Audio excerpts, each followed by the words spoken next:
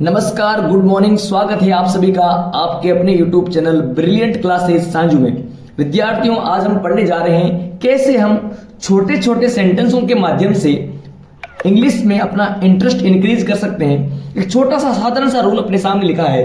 Rule क्या है? Rule है डियर स्टूडेंट, सबसे पहले वाक्य की जब शुरुआत हम करें तो सबसे पहले हम सब्जेक्ट लिखें और सब्जेक्ट लिखने के बाद पीछे से उल्टा सेंटेंस बनाना अपन को शुरू करना है। तो शुरुआत कहां से करनी है, ध्यान देंगे। शुरुआत अपन सभी को करनी है सब्जेक्ट लिखने से।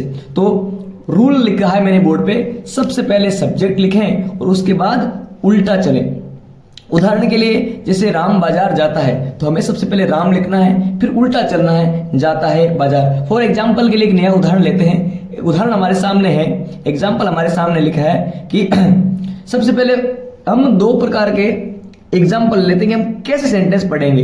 हम सेंटेंस पढ़ेंगे, एक तो हम पढ़ेंगे कैन से संबंधित सेंटेंस, दूसरे हम पढ़ेंगे शुड से संबंधित सेंटेंस। तो डियर स्टूडेंट्स, कैन का मतलब हमारे पास होता है सकता है या सकती है, और दूसरा हमारे पास लिखा हुआ है शुड, और शुड का मतलब होता है चाहिए। तो एक सेंटेंस ले लेते हैं। सेंटेंस मेरे सामने लिखा है कि मैं तेज दौड़ सकता हूं। मैं तेज दौड़ सकता हूं। इसमें हमारे सामने सब्जेक्ट कौन हुआ?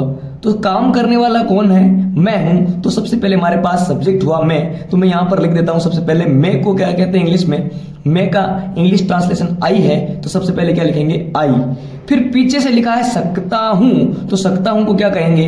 कैन। तो दो वर्ड हमारे सामने आए, आई कैन। फिर उल्टे से दूसरे नंबर पर हमारे सामने है दौड़, तो दौड़ने को कहते हैं रन, तो आई कैन रन। और लास्ट में हमारे पास क्या है? फास्ट। तो पूरा सेंटेंस क्या बन गया? I can run fast. पूरा सेंटेंस पढ़ेंगे आई कैन रन फास्ट। इसी तरह हमारे सामने दूसरा एग्जाम्पल है, राहुल इंग्लिश बोल सकता है। दूसरा एग्जाम्पल हमारे सामने क्या है? राहुल इंग्लिश बोल सकता है। इस सेंटेंस में सब्जेक्ट कौन है? राहुल। तो सबसे पहले क्या लिखेंगे? राहुल। राहुल लिखने के बाद में सकता है का ट्रांसलेशन क्या होता है? कैन। तो हम लिख देंगे कैन। फिर तीसरे नंबर पर बोलने को कहते हैं स्पीक, और लास्ट में लिखेंगे इंग्लिश। तो पूरा सेंटेंस हमारे पास क्या हुआ? Rahul can speak English. Rahul can speak English. इसी तरह एक शुड का एग्जाम्पल छोटा सा और ले लेते हैं। एग्जाम्पल इस तरीके से लेते हैं कि हमें अखबार पढ़ना चाहिए। हमें अखबार पढ़ना चाहिए। इसमें सब्जेक्ट कौन है? हमें। इसके लिए हम लिखते हैं वी, और फिर चाहिए को क्या कहते हैं? उल्टा चलना है ना, तो चाहिए को कहते हैं शुड। तो पूरा सेंटेंस क्या हुआ? We should. फिर चाहिए के तुरंत बाद उल्टा चलें तो क्या है? रीड। तो I should read, we should read newspaper.